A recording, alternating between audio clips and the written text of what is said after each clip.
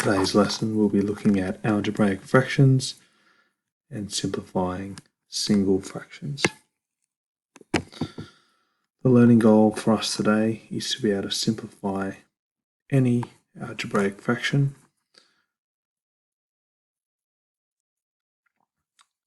I will know the success criteria. I will know that I've mastered my learning when I have learned to cancel numerical factors common to both the numerator and the denominator, and cancel algebraic factors common to both the numerator and denominator. So that's cancelling numerical factors and algebraic factors. The key fact for today is that a factor is a number that divides another number with no remainder. So we can break down any number into its factors. For example, we could rewrite a number like 12 as 2 times 2 times 3. So 2 and 3 are both factors of 12. Let's get started. Here's our process. To simplify a fraction, cancel common factors from the numerator and denominator. These can be either numerical or algebraic. I do. Example 1. 12d divided by 18. To simplify this fraction, find common factors on the numerator and the denominator. So both 12 and 18, 6 is a factor. So if we divide the numerator by 6, so 12 divided by 6 will give us 2, and the denominator of 18, divide that by 6, you get 3. So you get 2/3. And there's no common algebraic factor on the bottom, so we can just leave that one there. So it's 2d divided by 3. You can see how 12 over 18 became 2/3. It's an equivalent fraction, a simplified fraction.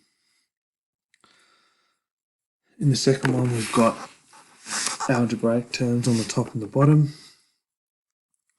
To simplify these, if we just break these down a little bit first, b to the power of 5 is the same as b times b times b times b times b, and b squared is b times b. So if I was going to cancel common factors, there's one common b. No, in fact there's two common b's.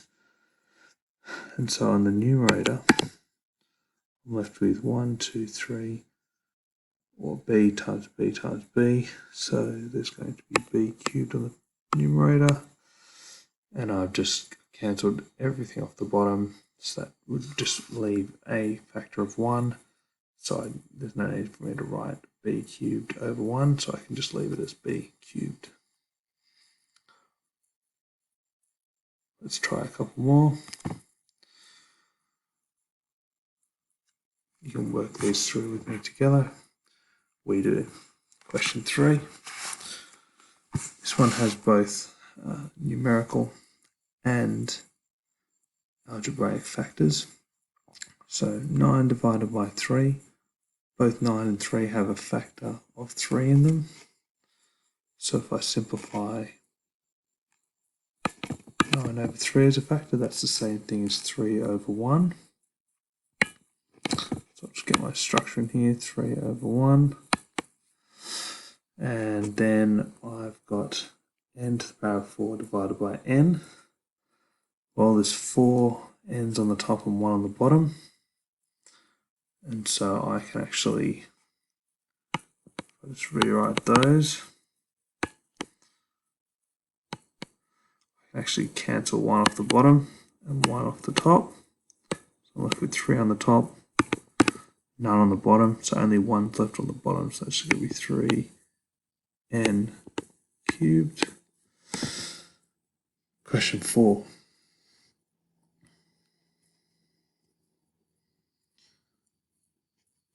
Again, I've got two numbers, a number on the top and on the bottom. 4 over 6, I can simplify that. Common factor of 2 in both. So 4 divided by 2 is 2. And 6 divided by 2 is 3. Now, with my pronumerals, A's, I've got 3 on the top, 1 on the bottom. So take 1 off the top and 1 off the bottom. That'll leave me with A squared on the numerator. And then on the bottom, for the B's, I've got B to the power of 5 on the top and B squared on the bottom. So I can take 2 off the bottom and 2 off the top. Give me B cubed. So final answer of 2A squared B cubed divided by 3.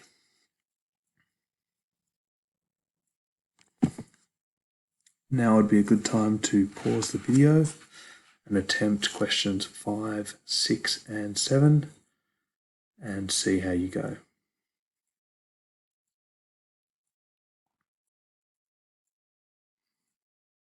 Okay, so what are the solutions for 5, 6 and 7? Question 5, simplify the fraction of 35 over 15. There's a common factor of 5 in both, so if I divide both by 5, I get 7 over 3. There's no other factor common to f on the bottom, so I can't simplify that, so I've just got 7f divided by 3.